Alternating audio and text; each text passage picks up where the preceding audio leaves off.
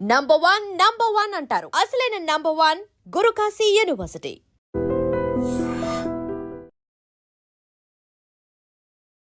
నమస్తే, welcome to I dream. ఇప్పుడు ఏ నలుగురు కలిసినా ఒకటే కేసు గురించి మాట్లాడుకుంటున్నారు. అసలు ధర్మస్థలిలో ఏం జరుగుతోంది? కొన్ని వందల శవాలు మేబీ బయటపడతాయా? ఎందుకంటే ఒక అన్నోన్ వ్యక్తి చెప్పినటువంటి విషయాలు ఇప్పుడు ఒక్కొక్కటి తవ్వినా కొద్దిగా రియలిస్టిక్గా మారుతున్నాయి. అసలు మనం భారతదేశంలోనే ఉన్నామా? ఈ కేసు ఏంటి? అసలు కొన్నేళ్ల క్రితం జరిగినటువంటి కేసుని ఇప్పుడు ఒక అన్నోన్ వ్యక్తి వచ్చిన తర్వాత చెప్తే కానీ తెలుసుకున్నటువంటి పరిస్థితిలో ఉన్నారా? అసలు లా ఏమైపోయింది? రాజ్యాంగం ఏమైపోయింది? ఇట్లాంటి క్వశ్చన్స్ చాలామంది రేజ్ చేస్తున్నారు. మనతో పాటు హైకోర్టు లాయర్ ఉన్నారు, సుబ్బు గారు. సార్ నమస్తే. వామ్మో, అసలు ఈ కేసు వింటేనే భయం అవుతుంది సార్. వింటుంటేనే గూస్ బంప్స్ వస్తున్నాయి కదా. నిజంగా చాలా వరకు ఇలా చూస్తుంటే నాకేమనిపిస్తుందంటే ఈ ధర్మస్థలి అనే ప్రాంతం నిజంగానే స్వతంత్ర భారతదేశంలోనే ఉందా, లేదంటే ఏ అండమాన్ నికోబార్ దీవులు అంటే ఏదో ఒక దూరంగా విసిరివేయబడినటువంటి ప్రాంతమా అనిపిస్తుంది. చూడండి, ఈ మనం చిన్నప్పుడు సినిమాల్లో చూసినట్టుగా అండమాన్లో బంధిస్తారు, అక్కడ ఇలా చేస్తారు అలా చేస్తారు అని అంటారు కదా. అలా ఇక్కడ కూడా నాకు ఆలోచిస్తుంటే ఏమనిపిస్తుంది అంటే నిజంగానే స్వతంత్ర భారతదేశంలో ఈ ధర్మస్థలి అనే ప్రాంతం నిజంగా దక్షిణ భారతదేశంలో ఉండడం అనేది నిజంగా బాధాకరం. ఎందుకంటే మనం ఎప్పుడైనా సరే ఏ మాత్రం పీడనాన్ని భరించలేం. మన దగ్గర ఉన్నటువంటి గొప్ప ఆయుధం ఏంటి అని అంటే కేవలం దక్షిణ భారతదేశానికి సంబంధించినటువంటి విషయం, దక్షిణ భారతీయులు గర్వించాల్సిన విషయం ఏంటంటే మనం పీడనాన్ని ఏమాత్రం కూడా భరించం. మనం దాన్ని నిరోధిస్తాం, దానికోసం ఫైట్ చేస్తుంటాం మన హక్కుల కోసం.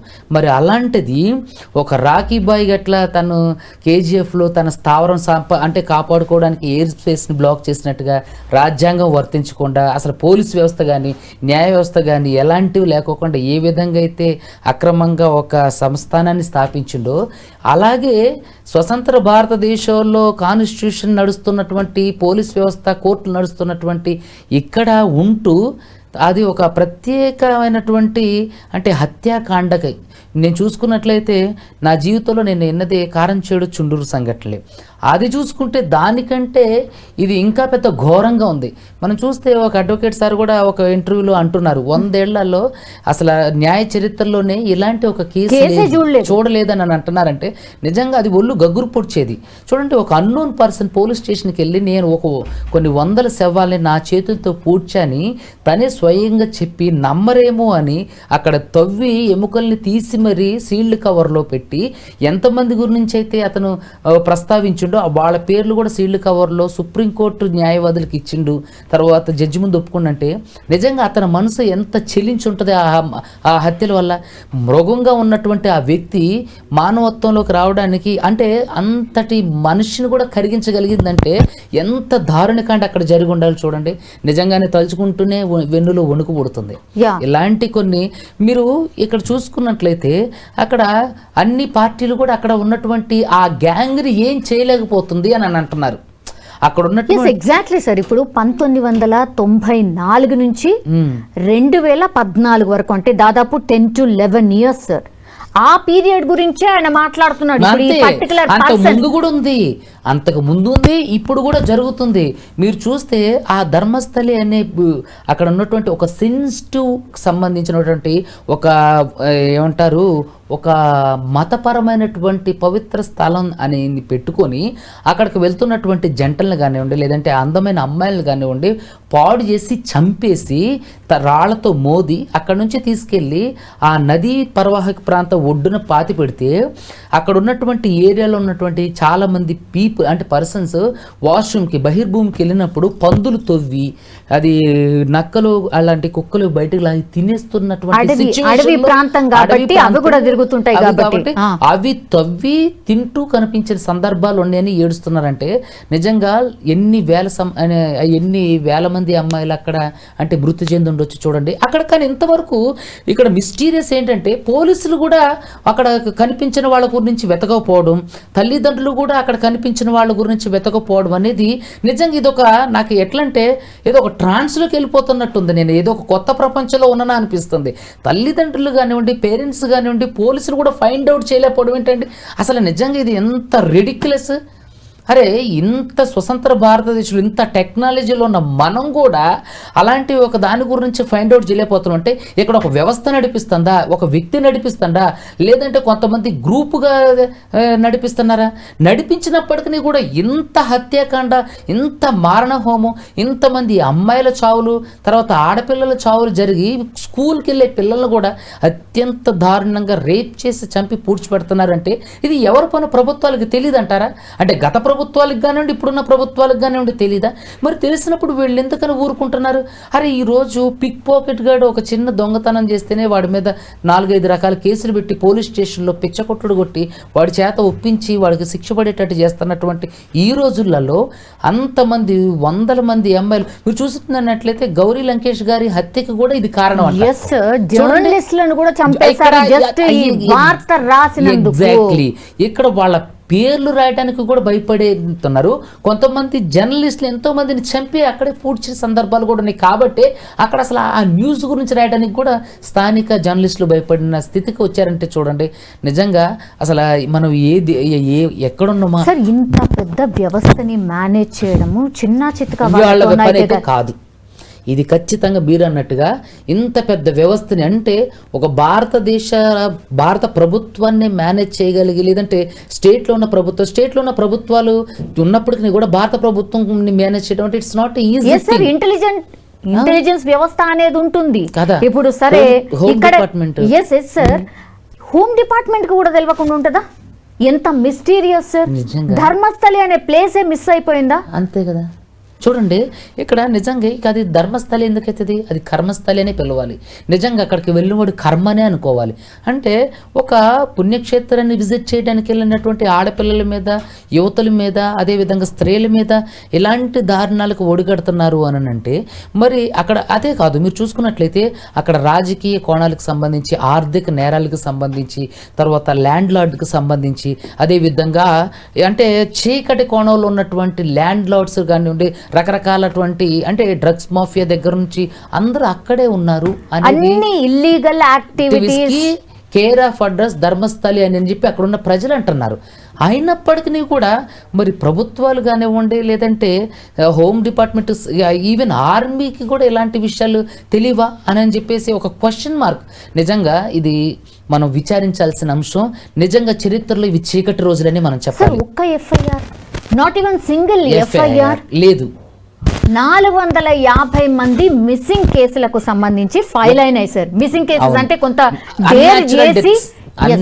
డేర్ చేసి పోలీస్ స్టేషన్ కి కనీసం వెళ్ళిండ్రు, మిస్ అయినరు, మా పాప మిస్ అయిందో, లేకపోతే కనీసం ఎఫ్ఐఆర్ అంటే కనీసం ఎంక్వైరీ జరగలేదు, రిపోర్ట్ రాసి చెత్తబుట్టలు వేసారా సార్? అంతే. ఇక్కడ చూస్తే అక్కడికి మీడియాను కూడా అలౌ చేయరంట.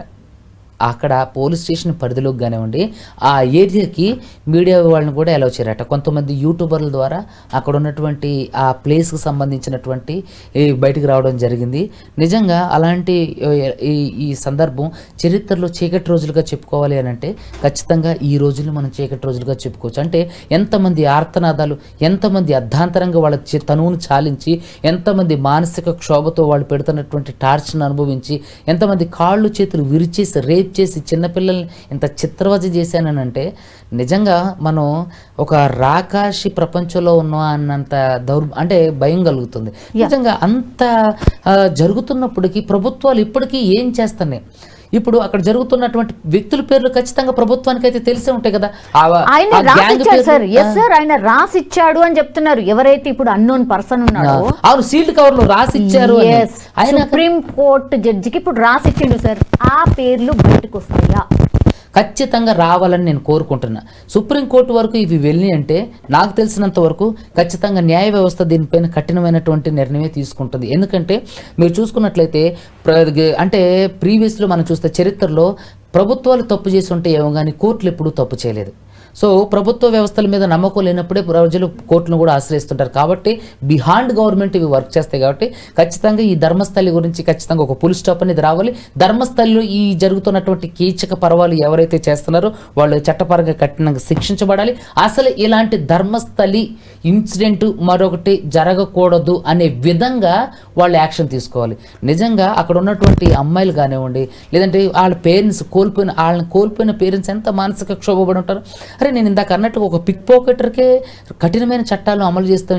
ఎక్కడ పోయింది ఈ BNSS ఇవన్నీ కూడా, భారతీయ న్యాయ సంహిత, భారతీయ శిక్షా న్యాయ సంహిత ఇవన్నీ ఎక్కడ పోయినాయి? అరే ఇక్కడ అంటే భారత భూభాగంలో అందరికీ వర్తిస్తే ఓన్లీ ఆ ధర్మస్థలి వాళ్ళకు వర్తించవా ఇవి? నిజంగా అరే ఈవెన్ ఒక ఎఫ్ఐఆర్ కూడా, సింగిల్ ఎఫ్ఐఆర్ కూడా పోలీస్ స్టేషన్లో మిస్సింగ్ కంప్లైంట్స్ ఫైల్ కాలేదు అని అంటే అక్కడ టెంపుల్ సరౌండింగ్ ఉంది సార్. కొంతమంది డిఫరెంట్ గా నిజంగానే జరుగుంటాయని స్థానికులు చెప్తున్నారు. కొంతమంది ఎవరైతే డివోటీస్ ఉన్నారో వాళ్ళు ఇంత పెద్ద అంటే ఇంత మంచి పవిత్ర స్థలంలో ఇట్లాంటివి జరిగి ఉండవు, ఇవన్నీ కట్టుకథలు అని ఇంకా కొంతమంది కొట్టి పారేస్తున్నారు. ఇప్పుడు 13 స్పాట్స్ ని గుర్తించిండ్రు. ఇప్పుడు అన్నోన్ పర్సన్ ఎవరైతే ఉన్నారో మీరు ఇక్కడ తవ్వండి అంటే 6th స్పాట్ దగ్గర 2 శవాలు దొరికాయి సార్. ఆ తర్వాత నుంచి అన్ని నమ్మడానికి ఉండదు కదా సార్. ఒక దగ్గర తవ్వి ఆయన కేసు ఫైల్ చేయగలిగిండు. తర్వాత తవ్వితే 6th స్పాట్ దగ్గర మాత్రమే ఈ 2 శవాలు దొరికినాయి. అప్పటి నుంచి ఓకే, సో ఈ సరౌండింగ్స్ అంతా కూడా డెఫినెట్లీ ఉండుంటాయి అంటే ఖచ్చితంగా చెప్తారు. 100 మంది అని అంటాడు అతను కూడా. కొన్ని 100 శవాల్ని పూడ్చిపెట్టే అంటే ఒక రాక్షసుడు కూడా అలాంటి మానసిక క్షోభకు గురి చేసగలిగినటువంటి మారణకాండ జరిగిందంటే నిజంగా అది ఎంత పెద్ద పాపం అండి. అది జరిగించిన వాడు ఎంత ఉద్దేశపూర్వకంగా, అసలు వాడి ఉద్దేశం, వాడి మోటివ్ ఏమై ఉంటుంది? వాడు ఇంత పెద్ద సిస్టమ్ని నడిపించగలుగుతుందంటే వాడు ఒక ప్రత్యేకమైనటువంటి దేశాన్ని నడిపిస్తున్నట్లు అక్కడ. సో మరి ఇలా ఇంత జరుగుతున్నప్పుడు ఆ రాష్ట్ర గవర్నమెంట్ కానివ్వండి, మన భారత ప్రభుత్వం కానివ్వండి ఏం చేస్తుంది? అరే ఇక్కడ చూసుకున్నట్లయితే హిట్లర్ పరిపాలన కంటే దారుణంగా ఉందంట. అయితే ఇప్పుడు అక్కడ ప్రజలు హిట్లర్ పరిపాలన మించి అనుభవిస్తున్నట్టే కదా. అంటే అక్కడ ఒక నాయకుడు నేను మాట్లాడుతూ వింటూ ఉంటే ఏ ప్రభుత్వం వచ్చినా సరే వాళ్ళ కాళ్ళు పట్టుకుంటారు. నా పాయింట్ అర్థం చేయాలి. అంటే వాళ్ళెవరు వాళ్ళకి తెలుసు. అంటే వాళ్ళకే తెలుసు అంటే గవర్నమెంట్లకి ఇవి ఇక్కడ ఉన్నటువంటి ప్రభుత్వాలకి తెలియవంటారా? మరి తెలిసి వాళ్ళని ఎందుకు కప్పిపుచ్చుతున్నారు? మరి తెలిసి వాళ్ళని ఎందుకు ఒత్తాసు పలుకుతున్నారు? తెలిసి వాళ్ళని ఎందుకు కాపాడుతున్నారు? మరి ఇది రాజకీయ విరుద్ధమా, రాజకీయ అనుకూలమా? మరి వీళ్ళంతమంది చావుకు కారణమైన వ్యక్తులు ఎంత పెద్దవాళ్ళు అయినంత మాత్రాన సరే వాళ్ళని విడిచిపెడదామా? వాళ్ళు చట్టానికి వ్యతిరేకమా? అది చట్టానికి అతీతులా? అంటే చట్ట పరిధిలోకి వాళ్ళు రారా? అంటే నార్మల్ వ్యక్తులేనా చట్ట పరిధిలోకి వచ్చేది? మరి ఆ వ్యక్తులు ఎందుకని రారు? అసలు ఇక్కడ ఏం జరుగుతుంది? ఖచ్చితంగా ప్రపంచానికి చూపించాల్సిన బాధ్యత కోర్టులకు ఉంది. కోర్టులు ఖచ్చితంగా దీంట్లో చొరవ చూపించాలి. వాళ్ళెవరో నిందితులు ఎవరో బయటకు తీసుకురావాలి. ప్రభుత్వాలు దీనికి సహకరించాలి. అసలు ధర్మస్థలిలో జరుగుతున్నటువంటి ఈ హత్యకాండలకు ఎవరు కారణం? అక్కడ ఏం జరిగింది? ఏం జరిగిపోయింది? ఇక్కడ జరుగుతున్నటువంటి కార్యక్రమాలు ఎంతమంది చనిపోయారు? ఎంతమంది మిస్ అయ్యారు? అసలు ఎవరు దేని ఉద్దేశించి చేశారు? అక్కడ ఏం జరుగుతుంది అనేది ప్రపంచానికి తెలియాలి.